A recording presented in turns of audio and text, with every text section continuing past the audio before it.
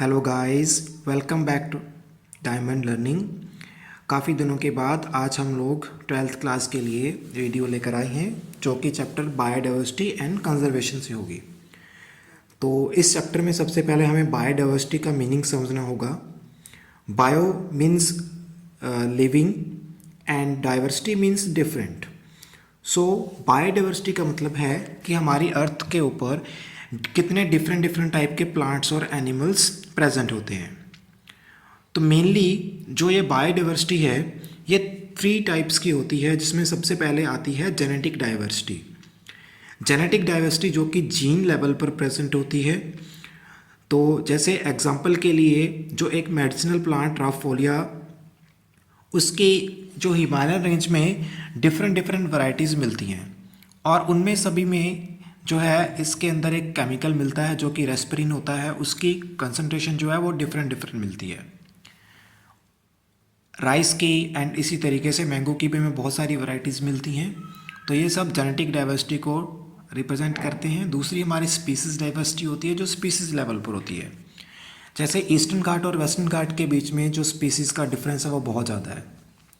Third ecological diversity है जो ecology level पर होती है।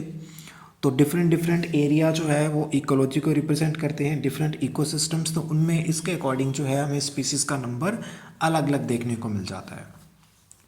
उसके बाद है कि हमारी अर्थ पर टोटल कितनी स्पीसीज़ हमें जो मिलती हैं। तो एक एस्टिमेट के अकॉर्डिंगली हमारा जो डाइवर्सिटी लेवल है वो 1.5 मिलियन के अराउंड है। But according to Robert May हमारा ग्लोबल डाइवर्सिटी लेवल जो है वो अप्रॉक्सीमेटली 7 मिलियन के आसपास है। मीन्स हमें अभी भी बहुत सारी स्पीसीज़ के बारे में इंफॉर्मेशन नहीं है और हमें उसके बारे में इंफॉर्मेशन जो है वो धीरे धीरे पता चल रही है।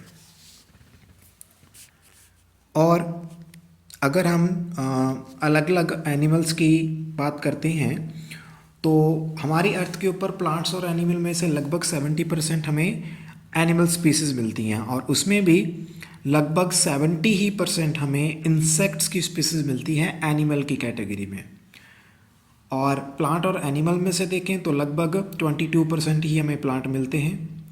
और एनिमल्स की कैटेगरी में इंसेक्ट जो हैं, अगर हम कोई भी 10 रैंडम एनिमल्स पिक करते हैं तो उसमें से हमें 7 इंसेक्ट मिलेंगे। तो इस पाई चार्ट में आप देख सकते हो इंसेक्ट जो हैं वो कितना ज़्यादा एरिया कवर करते हैं, मतलब कितनी परसेंटेज है। एंड वर्टिब्रेट्स के अंदर यही फिशेस जो हैं वो सबसे ज़्यादा और मैक्सिमम अमाउंट के अंदर मिलती हैं। एंड प्लांट्स की बात की जाए तो प्लांट्स में हमें सबसे ज़्यादा वो फंजाई और एंजियोस्पर्म्स का नंबर देखने को मिलता है।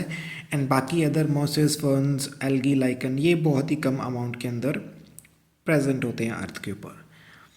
ठीक है, तो इनवर्टिब्रेट्स में सबसे ज़्यादा इंसेक्ट्स, वर्टिब्रेट्स में सबसे ज़्यादा फिशेस एंड प्लांट्स के अंदर सबसे ज़्यादा फंजाई एंड एंजियोस्पर्म्स ये पाए जाते हैं।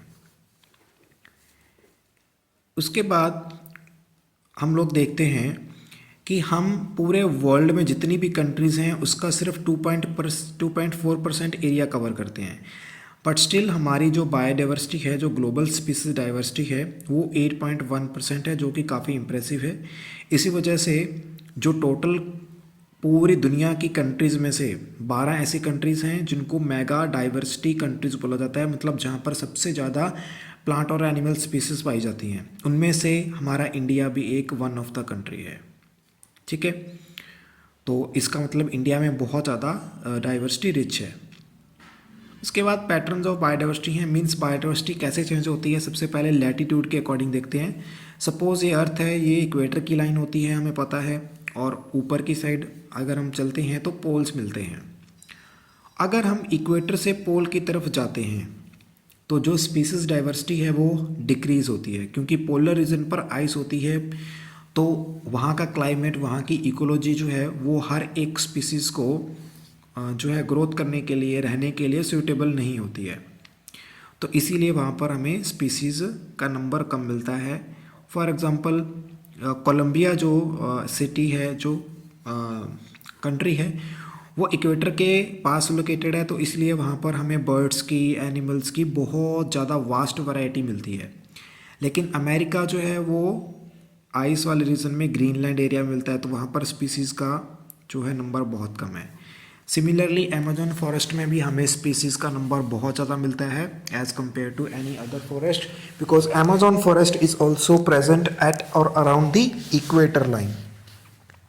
ठीक है, तो ये इनका वहाँ पर इक्वेटर पर इतनी स्पीसीज़ मिलने का रीज़न क्या है? बिकॉज वहाँ पर स्पीशिएशन जो है वो इस तरीके से हुई है कि वो वाले एरियाज़ इतने ज़्यादा किसी ने डिस्टर्ब नहीं किए, अनडिस्टर्ब रहे हैं बहुत लाखों सालों तक, इसलिए वहाँ पर स्पीसी डाइवर्सिटी भी ज़्यादा है। दूसरा, वहाँ का ट्रॉपिकल जो एनवायरनमेंट है वो भी ऐसा है कि वो स्पीसीज़ को ज़्यादा स्वेट करता है।